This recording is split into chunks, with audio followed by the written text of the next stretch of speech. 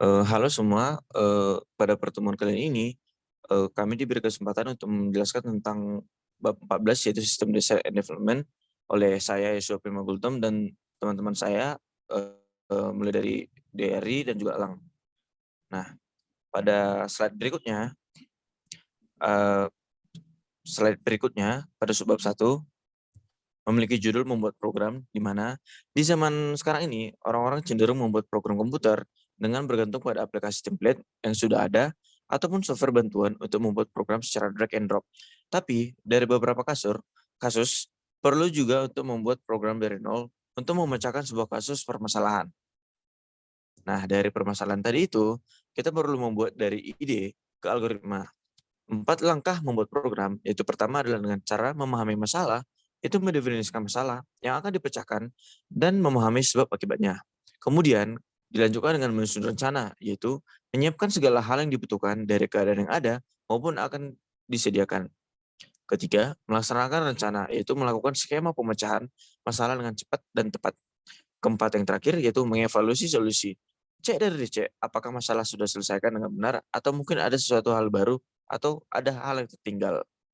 Nah, dari ide ke, algoritma, kita akan melanjutkan dari algoritma ke program, di mana ketika pengujian selesai, algoritma siap menjadi program. Karena algoritma memiliki struktur logis dari suatu program, proses pengkodean atau menulis program dari algoritma menjadi sederhana dan mudah. Pernyataan dalam algoritma diterjemahkan secara langsung menjadi baris kode dalam bahasa pemrograman manapun yang paling sesuai dengan kebutuhan programmer. Berikut akan ditampilkan bagaimana testing program menggunakan bahasa C++. Contoh aplikasi untuk mengetik program kita gunakan adalah dev C++ seperti yang ada di gambar samping kanannya. Kemudian, dari pengetikan tersebut akan dilakukan kompilasi terlebih dahulu sebelum menjadi, .x, yaitu terkadang dalam proses kompilasi dari teks CP ke program .exe atau .x, kompilator akan mengecek terlebih dahulu bahasa pemrogramannya apakah sesuai dengan logik dari C++ atau tidak. Sebagaimana berikut ditunjukkan error mengenai penulisan kutip atau penutup yang salah. Selanjutnya akan ditampilkan juga bagaimana program itu bekerja, ketika dijalankan. Setelah melakukan kompilasi, program dalam bentuk CPP akan diubah ke .exe yang dapat dibuka dan dijalankan sebagai berikut. Nah, selanjutnya pada subbab 2 akan dijelaskan oleh teman saya. Baik, saya akan melanjutkan yang telah disampaikan oleh rekan saya tadi. Kita lanjut ke bahasan subbab 2, yaitu bahasa pemrograman dan metodologi. Nah, C++ adalah salah satu dari ratusan bahasa pemrograman yang digunakan saat ini. Ada banyak tools untuk programmer profesional yang membuat software yang kita gunakan, lalu ada juga yang berfungsi untuk membantu kita mempelajari dasar-dasar pemrograman, dan ada juga yang memungkinkan kita untuk mengotomatisasi tugas berulang dan menyesuaikan aplikasi software.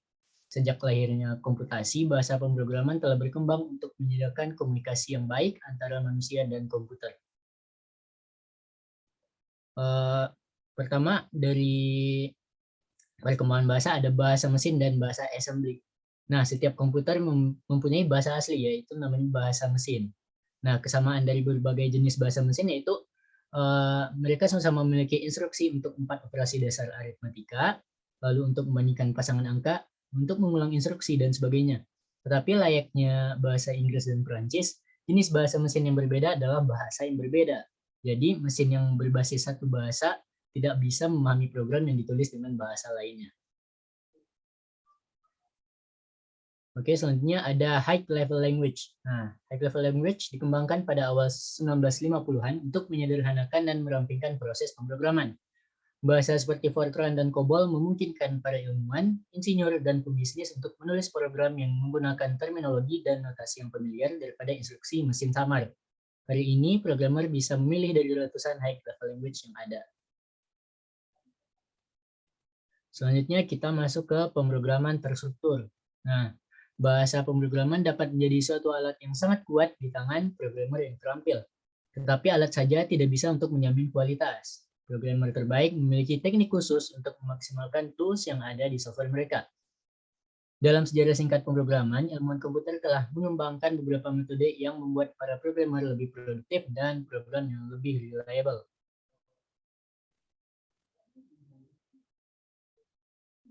Selanjutnya, Object Oriented Programming atau yang biasa kita sebut OOP. Nah, Pemrograman terstruktur mempresentasikan langkah besar bagi programmer. Itu memungkinkan mereka untuk menghasilkan program yang lebih baik dalam waktu yang lebih singkat. Tapi saat ini OOP adalah pemrograman yang lebih populer. Dalam OOP, program bukan hanya kumpulan instruksi atau prosedur, tetapi merupakan kumpulan objek. Objek yang berisi data dan instruksi sekaligus dan dapat mengirim dan menerima pesan. Contohnya tombol di layar multimedia mungkin berisi sebuah objek, berisi deskripsi fisik dari tampilan tombol tersebut dan script yang memberitahu apa yang harus dilakukan apabila menerima pesan klik mouse dari sistem operasi.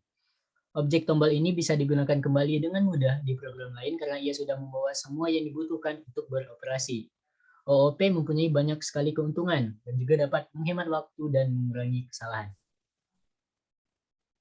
Selanjutnya ada aspect oriented programming. Memisahkan setiap fitur objek ke dalam program terpisah yang tumpang tindih dalam satu fungsi sesedikit mungkin. Jadi fitur pohon yang kritis khusus untuk burung, yaitu ada cabang, pemangsa terdekat, dan sebagainya akan dimasukkan ke dalam program yang terpisah. Fitur-fitur ini tidak akan berdampak banyak pada logger yang lebih peduli dengan program timber value. Pemisahan concerns atau kunci konsep dari aspek oriented programming adalah prinsip desain penting dalam perencanaan kota, arsitektur, desain informasi, dan berbagai bidang lainnya. Di setiap disiplin ilmu, penting untuk menjaga fitur sistem tetap terpisah sehingga kegagalan dari satu fitur tidak berdampak pada fitur lainnya. Selanjutnya kita masuk ke visual programming. Banyak orang yang merasa lebih mudah bekerja dengan gambar atau visual daripada verbal. Jadi alat pemrograman visual memungkinkan programmer untuk membuat sebagian besar program menggunakan gambar dan menunjuk ke objek, menghilangkan pengkodean tradisional yang membosankan.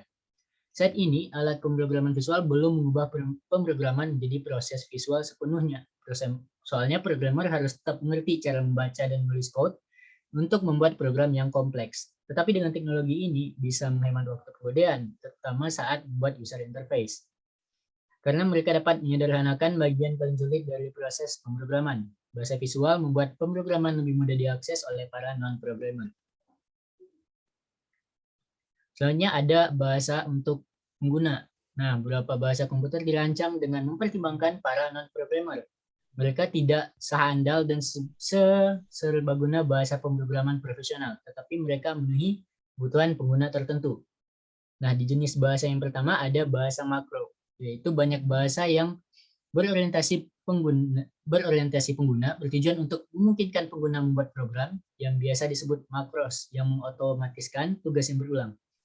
Bahasa makro berorientasi pengguna dibangun ke dalam banyak aplikasi, utilitas, dan sistem operasi. Menggunakan bahasa makro, pengguna spreadsheet dapat membuat program untuk membuat laporan akhir bulan secara otomatis setiap bulannya dengan menempatkan data di lembar kerja lain, masukkan nilai ke dalam lembar kerja baru, dan menghitung hasil menggunakan rumus dari bulan-bulan sebelumnya.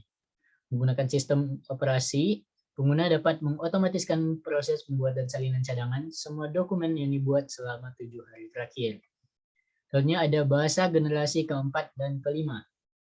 Banyak ahli menyatakan bahwa bahasa telah berkembang melalui 4 generasi. Yang pertama yaitu bahasa mesin, lalu berkembang pada bahasa assembly, bahasa tingkat tinggi atau high level language, dan terakhir ada bahasa generasi keempat yang kadang disebut 4GL.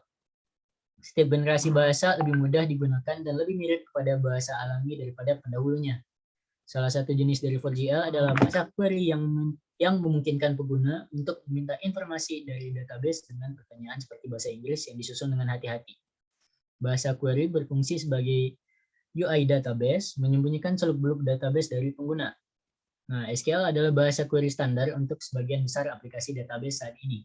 Seperti bahasa query pada umumnya, SQL mengharuskan pengguna untuk menguasai aturan sintaks dan logika. Beberapa bahasa telah disebut sebagai bahasa generasi kelima atau 5GL. Menurut satu definisi umum, 5GL adalah bahasa yang digerakkan oleh kendala. Alih-alih menentukan algoritma, programmer mendefinisikan kondisi yang harus dipatuhi dan komputer menyelesaikan masalah tersebut sendiri. Sehingga 5GL tidak cukup pintar untuk membuat algoritma yang efisien untuk masalah yang lebih kompleks. Sehingga sejauh ini penggunanya terbatas pada penelitian kecerdasan buatan atau AI. Selanjutnya, Kita masuk kepada komponen software. Nah, alat komponen software dapat membalikan tren menuju mega aplikasi dengan memungkinkan pengguna untuk membangun aplikasi custom kecil dari komponen software. Komponen software tidak sepenuhnya baru. Pengguna telah dapat menambahkan komposisi khusus ke dalam aplikasi dan sistem operasi selama bertahun-tahun. Banyak program mendukung skins atau komponen yang dirancang untuk menyesuaikan tampilan program layar. Tetapi komponen bukan hanya untuk tujuan kosmetik atau mempercantik tampilan. Lusinan ekstensi plugin menambahkan fitur dan kemampuan untuk berbagai aplikasi populer. Kemampuan penyesuaian ini hanya berjalan jika aplikasi diprogram untuk mengizinkannya. Sehingga banyak program software dan sistem operasi yang dirancang dengan mempertimbangkan ekstensibilitas. Kita lanjut kepada Agile Development and Extreme Programming. Agile Development adalah model pemrograman berfokus pada budaya pemrograman seperti halnya pada teknologi. Pendekatan tradisional untuk programming adalah membuat programmer individu bertanggung jawab atas seluruh program atau modul yang membutuhkan waktu berbulan-bulan atau bahkan bertahun-tahun untuk menyelesaikannya. Nah, model ini menekankan komunikasi, kolaborasi, dan pembaruan perangkat lunak yang lebih kecil tetapi lebih sering. Nah, programmer yang bekerja dalam tim mengembangkan program yang dapat lulus seluruh tes ketat dalam proses pengembangan. Agile Development meningkatkan komunikasi yang erat dengan pelanggan dan klien, sehingga klien dianggap sebagai tim. Oke, lanjut. Dalam model Agile Development, yang paling terkenal Extreme Programming. Seluruh tim programming memiliki kode tersebut. Setiap anggota tim memiliki hak untuk memperbaikinya dan tanggung jawab untuk membuatnya bekerja dengan baik. Extreme programmer bekerja berpasangan pada proyek untuk mengurangi kesalahan individu dan memastikan lebih banyak anggota yang memiliki segala aspek dari kode tersebut. Extreme programming menekankan rilis pembaruan kecil yang lebih sering dengan minggu kerja yang wajar bagi programmer, yaitu 40 jam seminggu. Nah, selanjutnya programming for the web. Nah, di dunia yang digerakkan oleh Facebook dan Flickr saat ini, banyak ahli yang meyakini bahwa aplikasi PC tergantikan oleh aplikasi berbasis web. Programmer bisa melakukan dan menggunakan berbagai bahasa pengukur, termasuk C dan C++ untuk menulis aplikasi web. Tetapi beberapa bagian dari alat pemrograman sangat berguna untuk pengembangan aplikasi web, seperti bahasa HTML, XML, JavaScript, VBScript, ActionScript, Java, ActiveX, Perl, PHP, dan lain-lainnya. Selanjutnya ada Programming for the Cloud. Cloud computing menawarkan janji kekuatan pemrosesan dan penyimpanan yang hampir tak terbatas menggunakan pusat data jarak jauh yang dijalankan oleh Amazon, Google, dan banyak perusahaan lainnya. Tapi programming untuk cloud tidak sama dengan pemrograman untuk PC yang berdiri sendiri. Nah, untuk satu hal, data yang digunakan dan disimpan oleh aplikasi berbasis cloud mungkin disimpan di mana saja. Dan seorang programmer tidak bisa berasumsi bahwa data mengalir terus-menerus di antara perangkat penyimpanan dan prosesor tanpa gangguan. Terlebih lagi, data cloud mungkin berubah saat program berjalan. Nah, banyak developer yang membuat instruksi untuk menangani ketidakpastian ini menggunakan bahasa yang mendahului cloud. Yang lainnya menggunakan alat pemrograman seperti Bloom dan Mirage yang dirancang khusus untuk cloud. Alat pemrograman cloud mengurangi waktu pengembangan dengan menghilangkan kebutuhan untuk memprogram di sekitar dependensi dan yang tidak diketahui. Oke, selanjutnya kita masuk ke subbab selanjutnya akan disampaikan oleh teman saya.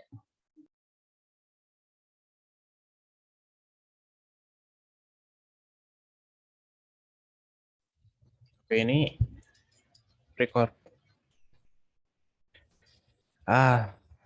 Malah pause share. Lupa unmute Pause kan? record. Bab 3. Program and Perspective, System Analysis, dan System Lifecycle. Program tidak berada di dalam sebuah vakum. Program adalah bagian dari sistem informasi yang lebih besar. Kumpulan orang, mesin, data, dan metode yang terorganisir untuk melaksanakan fungsi tertentu dan menyelesaikan masalah tertentu. Pemrograman hanyalah bagian dari proses mendesain, mengimplementasikan, dan manajemen sistem informasi yang lebih besar. System Development. Pengembangan sistem adalah proses penyelesaian masalah dengan menginvestigasi suatu situasi, mendesain suatu solusi sistem untuk memperbaiki situasi, mengambil sumber daya manusia, finansial, dan teknologis untuk mengimplementasikan solusi, dan akhirnya mengevaluasi kesuksesan solusi tersebut. Proses pengembangan sistem tersebut dimulai ketika ditemukan masalah yang perlu diselesaikan atau terdapat peluang yang bisa dipergunakan. Situasi-situasi tersebut bisa dalam bentuk seperti berikut. Tak musik kecil perlu suatu cara untuk memantau penyewaan peralatan musik sehingga penagihan dan akuntansi tidak merepotkan.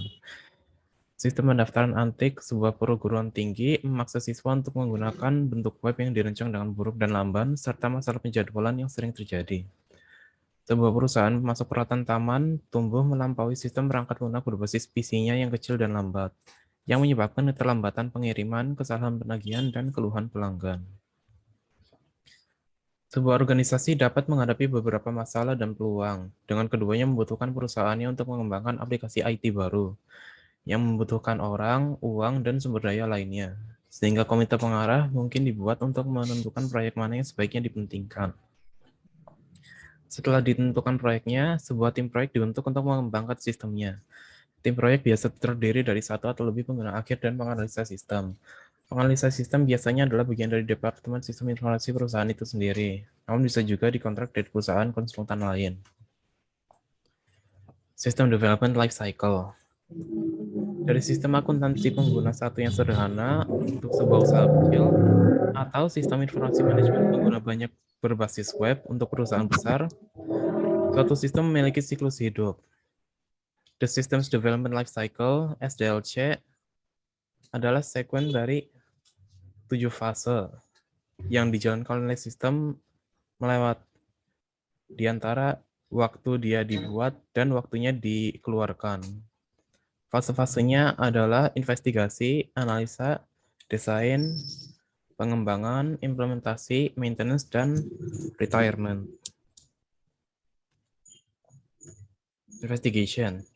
Tujuan dari fase investigasi adalah untuk mempelajari masalah bisnis atau peluang yang sudah ada dan menentukan apakah bisa atau tidak untuk mengembangkan sistem baru atau mendesain ulang sistem yang sudah ada.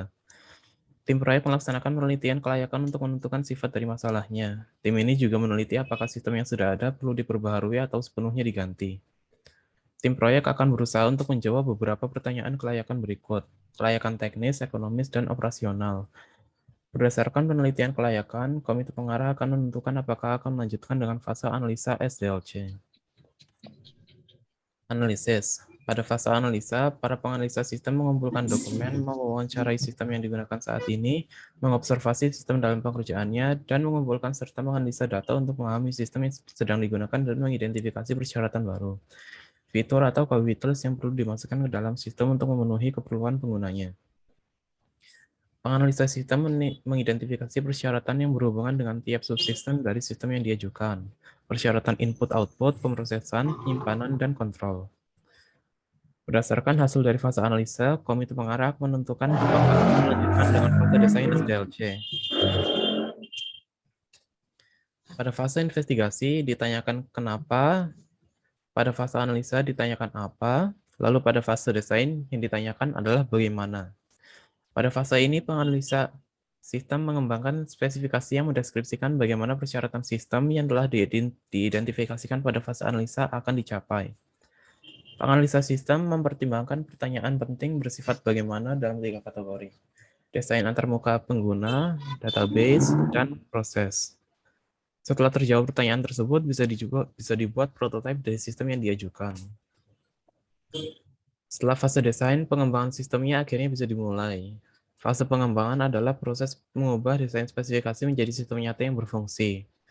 Banyak waktu yang digunakan dalam fase pengembangan digunakan dalam percobaan sistemnya untuk mendeteksi dan menghapus bug yang muncul. Implementation. Fase implementasi terjadi ketika fase testing diselesaikan dan sistem baru siap untuk menggantikan yang sistem sebelumnya. Fase ini biasanya melibatkan pelatihan ekstensif dan bantuan teknis untuk penjualan suplemen serta usaha penjualan. Penganalisa sistem akan memilih satu dari 4 cara untuk mengkonversikan sistem baru. Langsung merubah, pengoperasian kedua sistem untuk sementara sebelum mematikan sistem lama, mengimplementasikan subsistem baru secara gradual, atau mengimplementasikan sistem baru dalam satu departemen terlebih dahulu. Ini visualisasi implementasinya. Yang pertama yang langsung diganti, yang kedua yang dilajukan bersama lalu diganti, yang ketiga yang diganti secara berkala, Yang keempat, di mana sistem baru dijalankan di beberapa dulu sebelum menggantikan semuanya. Maintenance. Fase maintenance melibatkan pengawasan, pengevaluasian, perbaikan, dan penguatan sistem selama masa hidupnya. Beberapa masalah perangkat lunak tidak muncul hingga sistemnya telah beroperasi selama beberapa saat atau organisasinya perlu perubahan. Maintenance memperbolehkan organisasi untuk mengatasi masalah tersebut karena mengambil peluang untuk perbaikan ketika mereka muncul. Evaluasi adalah aspek penting dalam maintenance. Sistem perlu dievaluasi setiap satuan waktu untuk menentukan apakah sistem tersebut memberikan keuntungan yang diinginkan. Lalu retirement. Dalam suatu titik dari kehidupan sistem, maintenance berkala tidak cukup dan akan diperlukan perubahan sistem lagi. Dan siklus hidup sistem akan dimulai lagi dari investigasi sistem. Systems Development Tools and Techniques. Digunakan serangkaian teknik dan peralatan selama siklus hidup pengembangan sistem. Peralatannya adalah modeling tools. Peralatan modeling adalah representasi grafis dari sebuah sistem. Banyak ragam peralatan tersedia, namun yang sering digunakan oleh penganalisa sistem adalah flowchart system, diagram alur data, data dictionaries, dan tabel keputusan. Flowchart system menggunakan simbol yang ditunjukkan di kanan. Penggambaran grafis dari sistem fisik yang terdapat atau diajukan, menggunakan simbol-simbol untuk menunjukkan strukturnya dan proses yang terjadi di tiap titik tersebut. Diagram alur data adalah penggambaran grafis sederhana dari pergerakan data melewati sebuah sistem. Menggunakan simbol-simbol yang menunjukkan pergerakan data, proses yang digunakan, penyimpanan data, serta input dan outputnya. Simbolnya berada di kanan. Data Dictionary. Katalog atau direktori yang mendeskripsikan setiap data yang mengalir melewati sistem. Data Dictionary digunakan sebagai catatan untuk segala data yang keluar dan masuk. Contohnya adalah receipt atau invoice. Tabel keputusan. Sebuah tabel keputusan menunjukkan dalam format kolom dan baris peraturan keputusan yang berfungsi dan kegiatan apa yang perlu dilaksanakan ketika terjadi suatu kondisi. Bisa dilihat di kanan. Microsoft Visio. Dapat dilihat, ini adalah Microsoft Visio yang digunakan untuk membuat flowchart, diagram alur data, dan segala diagram lainnya yang digunakan dalam pengembangan sistem. Selanjutnya, data collection techniques. Ada review document, di mana penganalisa sistem review dokumen dalam fase investigasi dan analisa untuk mencari tahu bagaimana sistem saat ini didesain dan bagaimana operasi layaknya. Lalu ada interview, di mana penganalisa sistem menanyakan pertanyaan kepada sekumpulan orang secara langsung. Lalu ada questionnaire, di mana penganalisa sistem mengambil informasi dari sekumpulan orang melewati kertas atau formulir dari sekumpulan orang banyak. Lalu ada observation, di mana penganalisa sistem mengobservasi bagaimana pekerja melaksanakan pekerjaannya dalam sistem tersebut. Lalu ada sampling, di mana diambil beberapa presentasi dari data yang ada untuk melihat bagaimana sistemnya bekerja. Computer Aided Systems Engineering atau CASE. Dewasa ini banyak teknik dan peralatan pengembangan sistem dimasukkan dalam paket perangkat lunak disebut Computer Aided Systems Engineering. Kebanyakan paket CASE memiliki peralatan chart dan diagram, data dictionary tersentralisasi yang memiliki informasi detail, generator antarmuka pengguna yang membuat dan mengevaluasi banyak desain juga, dan generator kode yang mengotomatisasikan kebanyakan dari pemrograman komputer untuk membuat sistem atau aplikasi baru. Beberapa case mengandung peralatan digunakan terutama di fase analisa dan desain dari siklus pengembangan sistem. Lainnya mengandung peralatan yang mengotomatisasikan fase-fase nantinya seperti implementasi dan maintenance. Selanjutnya akan dibacakan oleh teman saya. Baiklah, kembali lagi kepada saya. Pada subbab 4 yang berjudul ilmu komputer atau computer science, kita telah melihat bagaimana programmer dan analisis sistem membuat dan memelihara program komputer digunakan oleh para ilmuwan, pebisnis, seniman, penulis, dan lain-lain. Tapi seperti kita yang bergantung dan menggunakan program-program tersebut, programmer juga bergantung pada alat dan ide yang dikembangkan oleh ilmu komputer atau computer science. Jadi, apa itu ilmu komputer dan mengapa itu penting di dunia komputer? Mari kita bahas ini. Proyek IT membutuhkan sponsor eksekutif. Next slide-nya. Proyek IT membutuhkan sponsor eksekutif, yang berarti setiap programmer membutuhkan orang yang mengendalikannya, jalannya pelaksanaan pembuatan program untuk mengubah bagaimana mereka bekerja setiap hari agar sesuai dengan tetap di dalam jalur pembuatan program. Namun, sponsor yang telah dapat menjadi hambatan, sponsor yang salah dapat juga menjadi hambatan dalam pembuatan program dikarenakan timbulnya rasa takut atau timbulnya rasa penolakan dan lain-lain terhadap proyek eksekutif yang tidak baik. Nah, selanjutnya, ternyata proyek IT juga membutuhkan input dari para pengguna. Yang dilanjutkan pada slide berikutnya. Nah, kurangnya input pengguna menunjukkan bahwa program berjalan secara kurang baik. Itu penting untuk mendiskusikan programmu di depan banyak orang agar mereka mengerti apa yang kau siapkan pada mereka untuk digunakan. Di sanalah dibutuhkan orang-orang yang hebat dalam pemasaran dan pengenalan produk terhadap orang-orang di sekitar. Selanjutnya, proyek IT membutuhkan spesifikasi, di mana proyek IT memerlukan rapat mengenai kemana arah dan tujuan utama dari proyek IT tersebut, sehingga terarah dan lebih spesifik untuk menghindari penyebarnya ide terlalu luas dan justru malah menghambat proses pembuatan dari program itu sendiri. Selanjutnya, proyek IT membutuhkan mitra bisnis yang kooperatif, di mana banyak proyek IT melibatkan vendor, mulai dari konsultan hingga programmer. Vendor tersebut dapat memulai sebagai mitra, tetapi dapat berubah arah selama proses pengembangan sistem jika tidak dibatasi oleh alasan yang wajar dan kontrak yang adil. Selanjutnya, terdapat juga proyek IT membutuhkan komunikasi yang jujur. Pekerja tidak ingin menjadi pembawa berita buruk, dan manajer tidak ingin mendengar berita itu. Setiap perusahaan harus memiliki budaya yang menghargai komunikasi yang terbuka dan jujur. Sehingga setiap unsur dari proyek dapat mengantisipasi dan melakukan tindakan preventatif bila ada masalah tertentu di dalam proyek ataupun di luar proyek. Dilanjutkan dengan diagram bulat ini, menurut Standish Group, hanya sekitar sepertiga dari proyek perangkat lunak yang diselesaikan tepat waktu dan sesuai anggaran. Dan di mana sekitar setengah dari proyek memiliki signifikan kelebihan waktu dengan atau biaya. Dan sekitar 1/6 proyek dibatalkan karena masalah-masalah yang disebutkan di atas tadi. Ilmu komputer adalah disiplin ilmu yang relatif baru dengan ikatan dengan teknik elektro, matematika, dan bisnis. Banyak ilmuwan komputer lebih suka menyebut bidang ilmu komputasi karena berfokus pada proses komputasi daripada perangkat keras komputer. Komputasi mengambil berbagai bentuk, dan ilmu komputer mencakup sejumlah fokus bidang, mulai dari dunia teori yang dijernihkan hingga pekerjaan praktis dalam rekayasa perangkat lunak. Beberapa bidang spesialisasi seperti database management, grafik, kecerdasan buatan, dan jaringan. Nah, berikut akan ditampilkan bidang-bidang ilmu komputer seperti teori komputasi, di mana cabang ilmu komputer paling matematis dengan membahas bagaimana komputer bekerja dengan angka dan matematis. Kemudian ada algoritma, di mana cabang komputer ini digunakan untuk memprediksi bagaimana program bekerja dan bagaimana tingkat kesuksesan program akan dijalankan nantinya. Dan juga ada struktur data, yang di mana menjelaskan tentang struktur data secara logis dengan menggunakan angka sederhana sampai tabel-tabel raksasa berisi kumpulan-kumpulan dari data yang telah dikumpulkan. Keempat, kami tampilkan berupa arsitektur komputer, di mana mempelajari bagaimana komputer bekerja dari rangkaian perangkat keras hingga perangkat lunaknya. Dari empat ini, masih banyak lagi cabang-cabang lainnya seperti artificial intelligence dan lain-lainnya. Berikutnya, pada subbab 5 akan dijelaskan lagi oleh teman saya.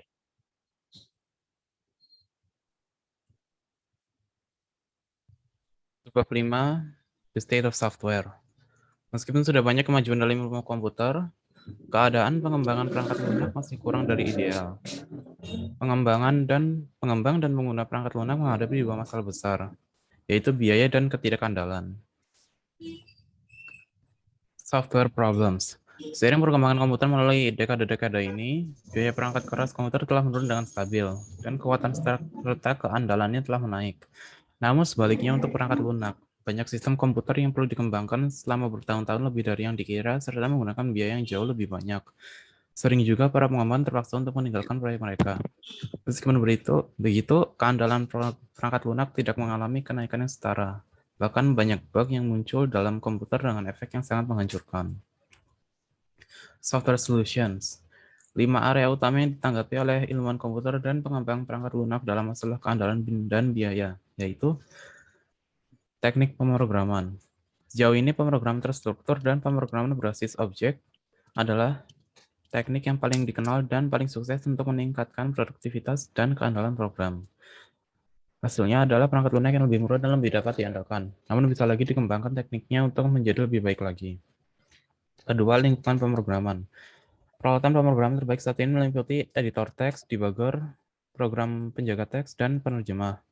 Yang disatukan menjadi satu lingkungan kerja grafis. Lingkungan berkualitas tinggi akan diperlukan menjamin perangkat lunak yang dapat diandalkan kalaupun itu mungkin. 3. Verifikasi program. Pengembang perangkat lunak ingin bisa membuktikan kebenaran program mereka sama seperti seorang ilmuwan matematika membuktikan teori mereka. Ilmuwan komputer telah mengembangkan teknik pembuktian program yang bagus untuk program yang kecil, namun untuk program besar masih bermasalah. Pembuktian program juga tidak dapat diotomatisasikan. Pemrograman ruang bersih. Satu pendekatan percobaan dalam pengembangan software diambil dari teknik pembuatan microchip. Pemrograman ruang bersih menggabungkan notasi formal, bukti kebenaran, dan kontrol kualitas statistikal dengan pendekatan evolusioner kepada pemrograman. Beberapa perusahaan yang menggunakan pendekatan ini telah melaporkan pengurangan sebesar 90% dalam bug yang mereka temukan. Kelima adalah manajemen manusia. Teknik manajemen proyek yang dari bisnis dan mesin telah diaplikasikan dengan sukses kepada banyak proyek rekayasa software. Teknik ini mengarah kepada komunikasi antar manusia daripada antara pemrogram dengan programnya. Banyak masalah yang muncul disebabkan oleh permasalahan komunikasi antar manusianya, sehingga manajemen manusia yang ditingkatkan bisa meningkatkan keandalan sistemnya. Ilmuwan komputer telah menyelesaikan banyak hal dalam kurun waktu yang singkat. Pengembangan singkat dalam bidangnya. Pengembangan